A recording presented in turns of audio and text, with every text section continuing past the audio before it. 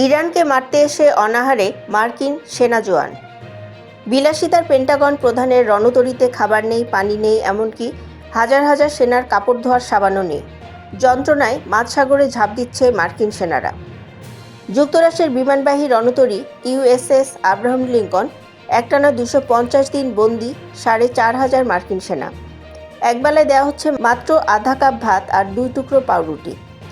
জলবায়ু এবং পচা পানির কারণে সেনা সদস্যদের ওজন কমে যাচ্ছে 29 কেজিরও বেশি। মানসিক চাপ আর টয়লেট ড্রেনের নোংরা পরিবেশে পাগলপ্রায় হয়ে মাঝসাগরে আত্মহত্যার উদ্দেশ্যে ঝাঁপ দিচ্ছে জওয়ানরা।